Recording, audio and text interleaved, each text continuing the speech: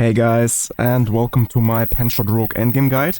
I've been playing this quite a lot, so I feel comfortable right now with sharing all of the insights with you. So yeah, this build is quite a lot of fun. I think I was correct when I stated in my tier list video for Season 9 that this build will be the #1 Rogue build that most players will be good with or enjoy to play. So yeah, I also think it's the most fun Rogue build right now. It has very satisfying AoE effects, so yeah, I could just watch the entire day these arrows that bounces off walls and just shoot 100 of them. So yeah, very fun and satisfying to watch. Also, this build is extremely mobile. Maybe not this variant here. I have like 2 to 3 variants. So what you can see right now is this pit 85 plus variant, which is also focused on speed farming this high tier pits. But you could also argue it is more like a pit pushing variant a bit. So I have less mobility skills in there. But there's also a speed farming build in my planner on Mobalytics, which is very good for pit 75 speed farming. And there we have tons of mobility skills and we can just fly through the map, very similarly to the Dance of Knives Rogue. And yeah, especially for everyone who enjoys range playstyle builds. Again, not in this variant maybe, but mostly in the other variant that I will also show you later. This build just excels at this range playstyle, and I think this is the major selling point for penetrating shot rogue. It's like the comeback of range style rogue builds. And on the other hand though, we have also a build that is quite dependent on masterworks. So you really need to crit your affixes on your gear in order to deal damage. Here it's more crucial than on other builds. And also this build is quite unique heavy. So maybe that's also a problem for some of you guys. If you don't like chasing 10 different uniques, and also it has some mythic uniques in the endgame variants, then maybe it's a bit problematic. But for me it was kind of joyful experience to hunt down these items and just get the progression going on. But yeah, so that's about the strengths and weaknesses. As I just mentioned, there are 2 to 3 setups, one without mythics and then 2 with mythic uniques in the end game. And one is more focused on range playstyle and speed farming, and this one here is more for pit pushing or farming higher tier pits. So this pit 85, I can do it in about 3.5 minutes. My gear right now is kind of good, but it's still not optimal. So I calculated this. In fact, I think I have something about 25% less damage than I could have with ideal gear. So maybe then with best in slot everything, you can speed farm pit 85s in about 3 minutes maybe. So yeah, that would be something I consider very fast actually in Season 9. So it's quite powerful. And yeah, so how does this how does this whole build work? This build works very similarly to the Dance of Knives Rogue, or like my variant, the Alchemist Dancer. If you have seen my video on that, then most of the things here should be very familiar to you. So basically most of our damage, or actually our entire damage, is based on flat damage effects on our weapons. So we have like the Azerwrath Unique Sword, which is our #1 source for damage. But then we also have tempers, which are called Elemental Surge. These are also like the Azerwrath, just flat damage elemental tempers. So we have lucky chance to deal elemental damage. And this is what makes our damage in this build. And so for that reason, you do not really care about something like penetrating shot damage itself. It really isn't important at all. You just want to get as high lucky chance as possible, because lucky chance will proc and activate your flat damage effects, such as Azerwrath and your tempers. And this is what the entire build is built around. So yeah, very similar to the Dance of Knives build or all the other Azerwrath builds right now. So for requirements for this build, you only have the Azerwrath. This kind of enables this build. This is your #1 source of damage. But yeah, so you should really find one very early on if you want to play this build as early on as possible, and ideally with a greater affix. I would not start masterworking on a sword without greater affix. It's just not worth it. You really want to find one that has at least 1 GA. And then we also have some key uniques. So for example, Ring of Star Skies is kind of important here because it really helps you to overcome your energy issues, because with this build you might have some energy issues at the beginning. Then we have Fist of Fate, which is just the best item for lucky chance stacking. It just gives you a huge amount of lucky chance. And I would also say something like Call of the Nameless or Hair of Perdition, which is also mythic unique, but Call of the Nameless is also very fine, even a bit better sometimes than Hair of Perdition. Is also key item because it also gives you huge damage bonus once you have it equipped. And here, by the way, you can see in the gameplay in the background here, I'm doing this speed farming variant, Pit 75, and here we have more of this range style. I can just shoot from distance, and we are very mobile. We have basically free mobility skills due to Horadric Powers. We also transform our Caltrops into mobility skills, so we are just flying through the map here. But anyways, so the last point is again about energy issues. So what you can do instead of Ring of Star Skies in the early game or mid game is you can also get a chance to restore primary resource on your offhand weapon. Actually, I keep this until end game, which is very helpful. And then you also can do something like innervation tempers on rings. So you temper the innervation ranks on your rings. And also you can switch to inner sight specialization in the beginning if you really have trouble with energy. So yeah, that's about how the build works and all the key items and requirements. And now let's take a look at Belial as well. So so we do Belial in tier 4. It's also quite easy to kill him, I would say. Of course, I have very good endgame gear right now, but once you have some gear, some decent gear equipped, it's actually not too difficult. This takes a couple of seconds. So it's maybe not the best build to start farming uniques because you need to get this build going. So maybe Death Trap Rogue is a better build to start farming Belial, but once you have some items equipped, then you can also continue farming Belial with Penshot Rogue. Okay, and now I want to continue with important tempers for this build. So I have already covered some of the key uniques, and I mentioned that flat damage tempers are quite important. We also have another important temper on our offhand weapon, which is damage to close enemies. This is because we play with the close quarters combat passive. So I can also show you this in-game.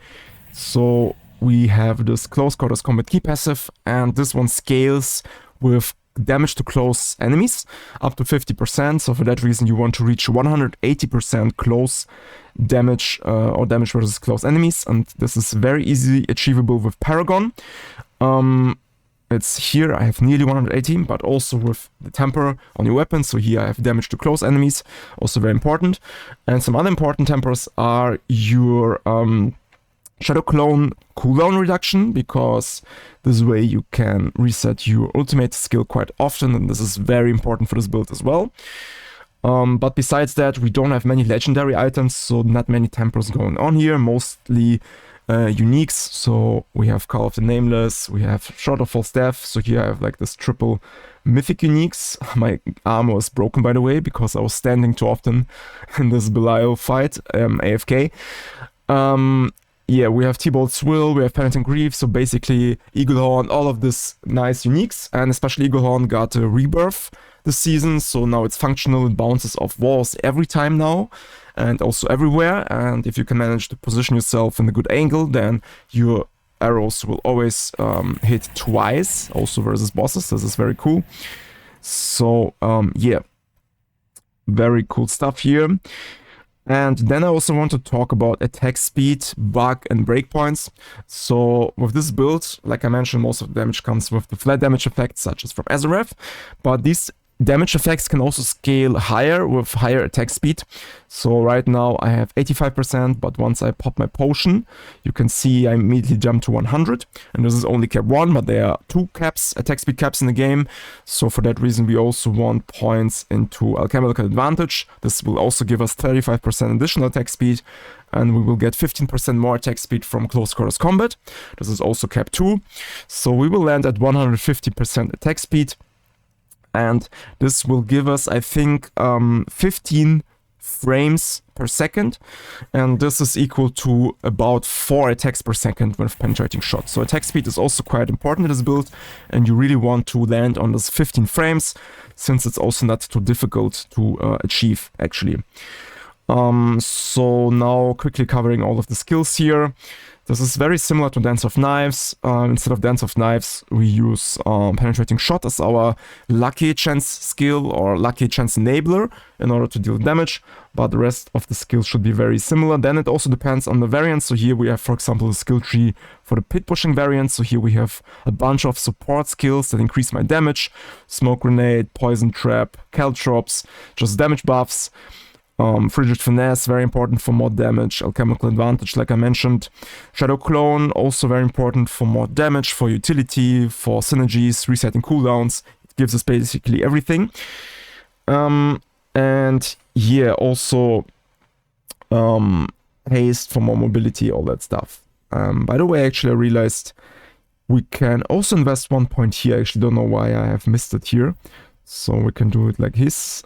Yeah, Supreme Shadow Clone, also very good for damage reduction if you need it. Okay, yeah, and also the gameplay loop now. So as you saw in the gameplay, we have different gameplay loops. It again depends on your setup. But on the range speed farmer, it is very simple. You just want to use all your mobility skills in order to move fast in the map. You spam your Shadow Clone and health potions every 5 to 10 seconds. And then you also use Cold Imbuement, and this is something I did not see anywhere else on Penetrating Shot builds, but I think, so I'm personally a big fan of Cold Imbuement because this is a very easy way for me to enable freeze effects on enemies. And you have to keep in mind that most of our damage will only work versus crowd control enemies and especially versus frozen enemies. And Cold Imbuement is just a very easy way to freeze instantly, so I will just activate my Cold Imbuement every time before elite packs or large groups of enemies and then freeze them instantly. And yeah, you can just keep range and shoot Penetrating Shot until everything dies. For the range speed farmer variant and for the pushing variant, it's a bit more button smashing, so you have to cast all of your damage skills, like I mentioned: Poison Trap, Caltrops, Smoke Grenade. Also cast Shadow Clone Potion. As always, you will also pull enemies with your Cry Rune, so this is very helpful as well. And you can even use Evade for some more damage because of some passive skills in the tree. Try to position yourself so Eaglehorn will hit enemies twice, so just stay in front of walls. This is very helpful. And again, blast your Penshot until everything dies. And especially for this higher pit tiers, it's very important that you try to kill enemies in one stagger phase. So once you have frozen your enemies and they are staggered and crowd controlled, you really want to finish them before they become unstoppable.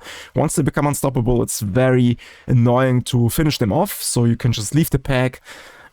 Just go and continue to another pack if that happens. It's not too bad as well.